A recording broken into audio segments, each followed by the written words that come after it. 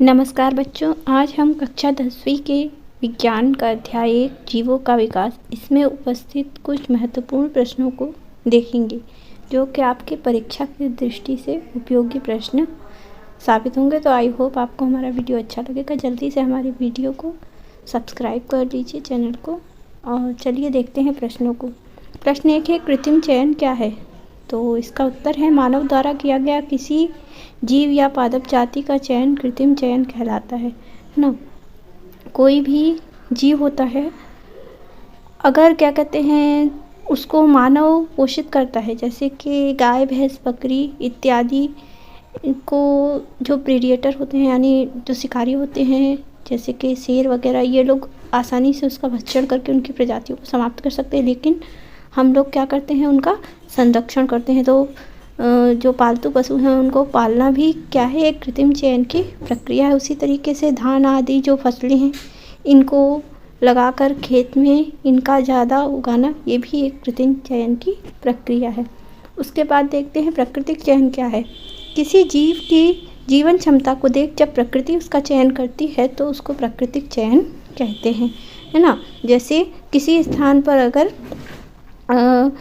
आपको छोटे कीड़ों की तादाद बढ़ जाती है और बड़े कीड़े समाप्त हो जाते हैं, तो वहाँ पर आप जो चित्र में पक्षी दिख रहा है देख सकते हैं कि पक्षियों की चोंच कैसी हो जाती है, लंबी और नुकीली हो जाती है, जिससे कि वो छोटे कीड़ों को भी आसानी से पकड़ सकें। तो यह क्या है, एक प्राकृतिक चयन की प्रक्रिया है।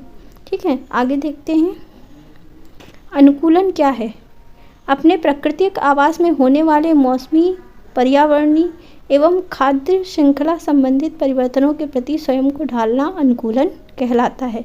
ठीक है, जैसे आप यहाँ पे देख सकते हैं, ये जो पौधा है ये एक तो ऐसे स्थान पर उगा हुआ है जहाँ पर चारों तरफ कंक्रीटीकरण हो गया है, लेकिन वहाँ पर थोड़े से स्थान में जो है मिट्टी के लिए जगह बची हुई है, दरार जैसा स्थान है। तो उसने क्या किया है, अपने को कम स्थान में ही अपने जड़ों को फैलाकर वहाँ से वह उद्भव हो रहा है। तो क्या कर रहा है, वो उस कंक्रीटीकरण वाले वातावरण के लिए अपने आप को अनुकूलित बना रहा है। मतलब अपोजिट जो परिस्थितियाँ हैं उनमें भी स्वयं को ढाल रहा है। इसको ही हम क्या कहते हैं, अनुकूलन कहते हैं।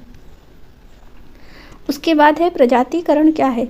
जीवों में पाई जाने वाली विविधता के कारण पूर्व की जीव जातियों या प्रजातियों में भिन्नता आती है, जिससे नई प्रजातियों का उद्भव होता है। तो जैसा अभी हमने पीछे देखा कि जो चिड़िया थी, यहाँ पे आप देख सकते हैं, चिड़िया जो थी पहले इनकी चोंच कैसी होती थी, छोटी होती थी, लेकिन बाद में धीरे धीरे इनकी चोंच क्या हो गई, लंबी और पतली हो गई, क्योंकि वहाँ पर उपस्थित बड़े कीटों की जो संख्या थी वो कम हो गई और छोटे कीटों की संख्या बढ़ गई।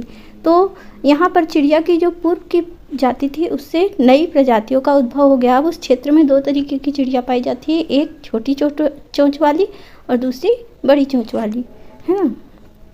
अब देख सकते हैं प्रश्न 5, जीवाश्म किसे कहते हैं?